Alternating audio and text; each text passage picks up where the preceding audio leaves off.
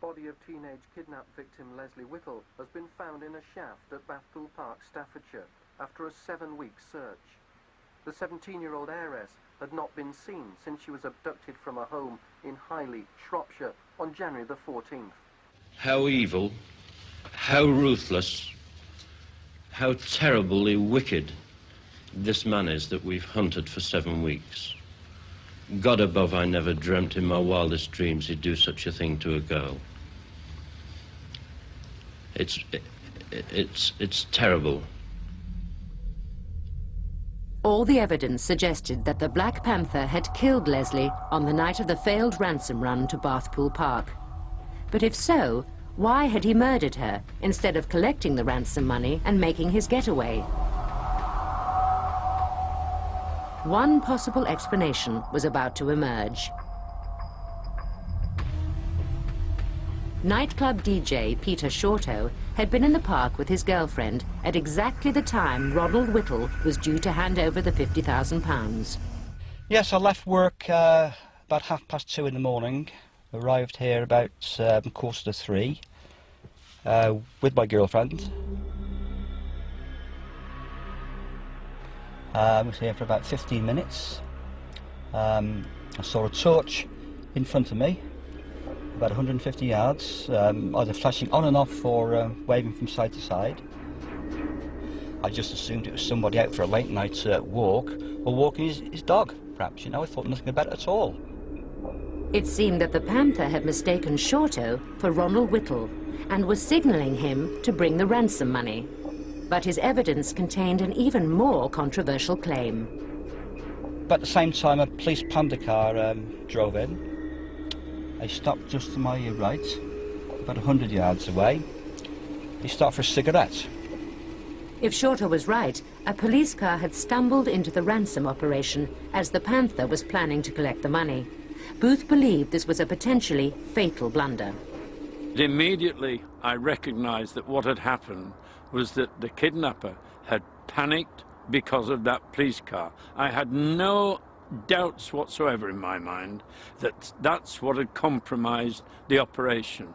He murdered her because of that police panda car, causing him to panic, and he vented his anger on her by pushing her to her death down that shaft, that hellhole of a place of confinement.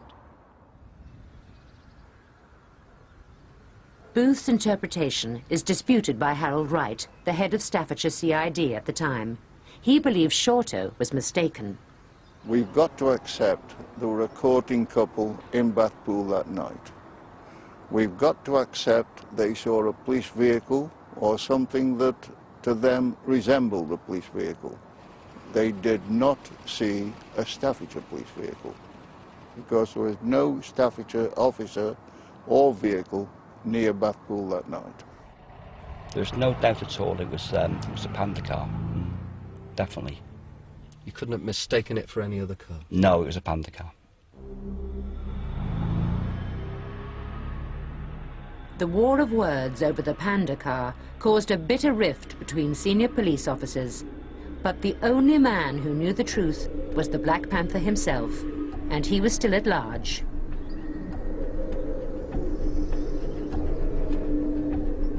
As panic began to sweep the country, Staffordshire police announced they were calling in Scotland Yard to lead the murder hunt. Bob Booth was to be sidelined. Commander John Morrison, head of the Yard's International Murder Squad, was to lead the investigation, with Inspector Wally Boreham in charge of the incident room. Most murder inquiries, when you arrive at the scene, you've got a dearth of clues, and by investigation you build up those clues systematically. In this case it was almost unique. We were inundated with clues. There was a mattress, there were Zeiss binoculars that were found in the park, there was a tape found in the park, there's Dymo tape found in the park, there's a tape recorder found down the shaft, and it just went on and on and on. So we were absolutely inundated. We had an embarrassment of riches for clues.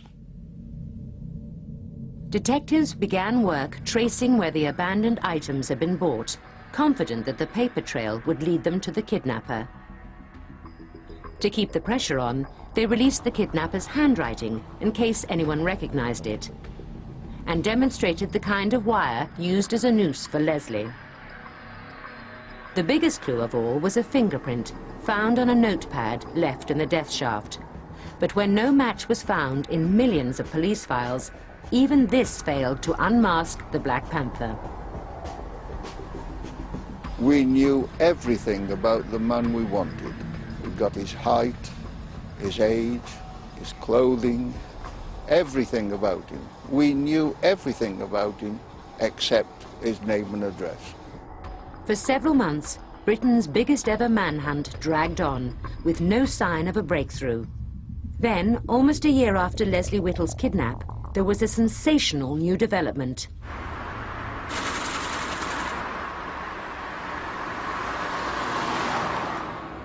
Two policemen had just started panda car duty in Mansfield when they went to question a man acting suspiciously near a post office.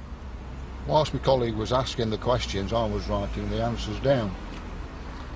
And as I got to the more or less the last question, suddenly a voice says, "Don't move, any tricks and you're dead."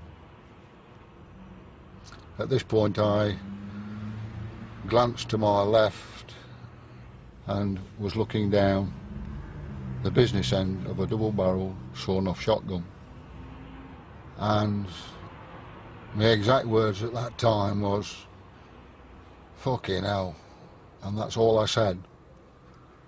And the next thing I felt was this gun pushed into my ribs underneath my armpit.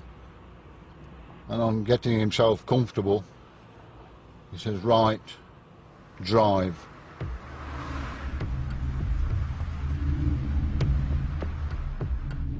Well, I thought that we'd got this local nutter, to be quite precise with you. I was thinking, now we've got to do something here to get help or disarm him or something.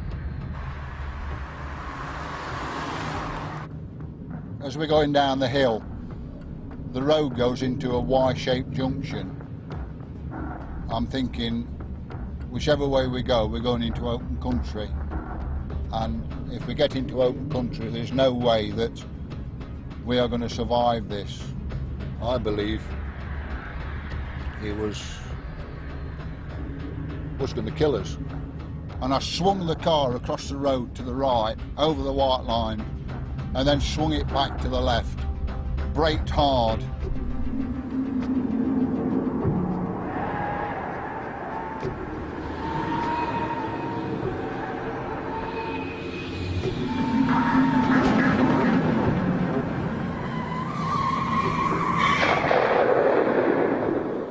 The car came to a halt outside a chip shop where Roy Morris was ordering his supper.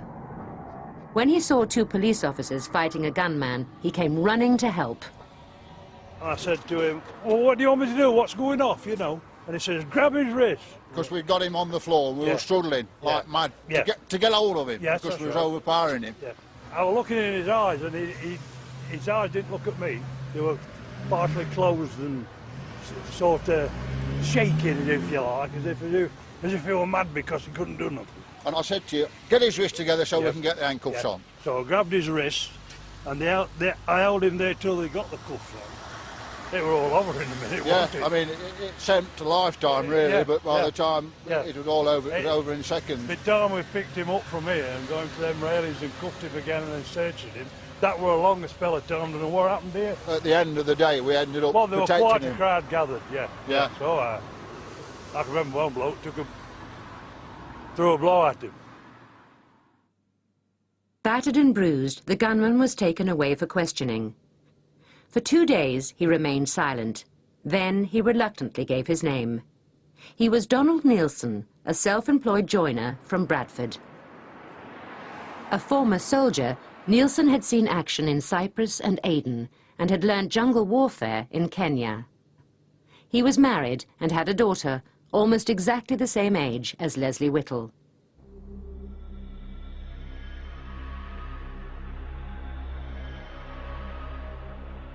Police began a detailed search of his home And in a locked attic, they found an extraordinary collection of equipment.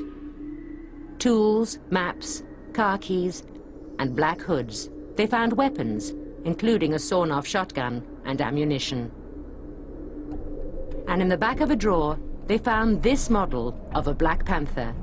If Donald Neilson was Britain's most wanted man, it seemed he had secretly enjoyed the notoriety. Suspected of being the notorious Black Panther, Donald Neilson was taken to Staffordshire to be questioned about the kidnap of Leslie Whittle and numerous other violent crimes. He began a series of bizarre interviews.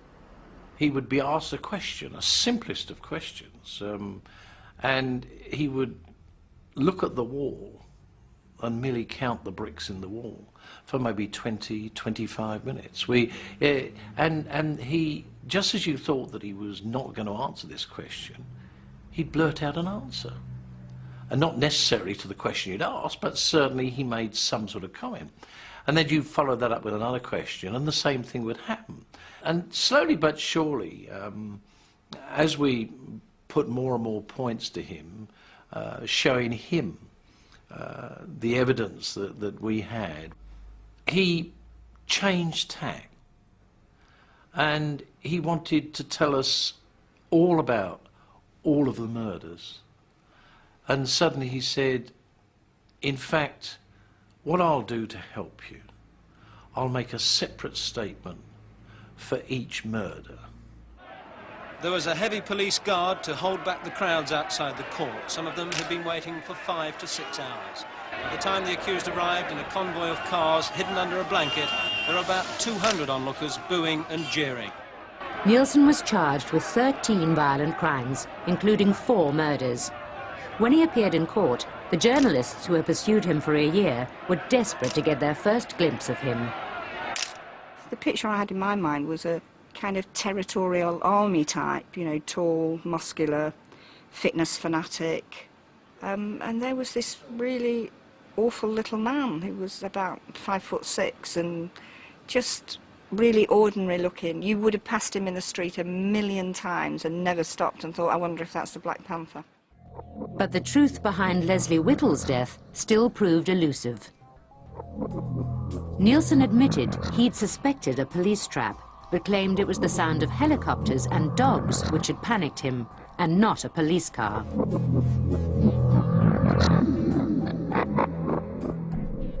As he'd rushed to the shaft to gather his belongings, he'd accidentally knocked Leslie off the platform to her death. There was certainly no evidence of a helicopter, no evidence of dogs. One can only think that he thought that he'd heard dogs, he thought that he'd heard a helicopter, he thought a trap was closing in on him, and he panicked. For maybe not the first time in his criminal escapades, he panicked. And a young lady paid for it with her life. Because things didn't go right that night, somebody had to pay. Well, there was only one person that could pay, and that was Leslie Whittle, in his eyes. Booth wasn't convinced. He still believed that a panda car had caused Leslie's death. And after Neilson had finished his confessions, Booth finally confronted the man he'd hunted for a year. My first impression was the lasting one. He was coiled up to react in a second, and that sums Neilson up. Booth secretly tape-recorded his interviews with Neilson. None have ever been heard in public until now. I mean, the public lost it, didn't they? I mean, it's so their if they call the bank part, they won't have to go out there, it's gone. As I see it, we've got 2 sides. Yes, I'm on one side. Yes. And they're on the other. Yes. Somebody is to blame for that girl's death. The thing that I want to get is what the truth. What went wrong? Well, I mean, you say you were right. I know for a fact that I'm right. So what went wrong? Tell you what, quite what you said, I blame you. Blame me? I didn't know the public. I'm talking about the loss of death. Yes, didn't know I was responsible. Didn't know the public. Didn't know the public. Booth interpreted this to mean that Nielsen blamed him for sending the Panda car into Bathpool Park,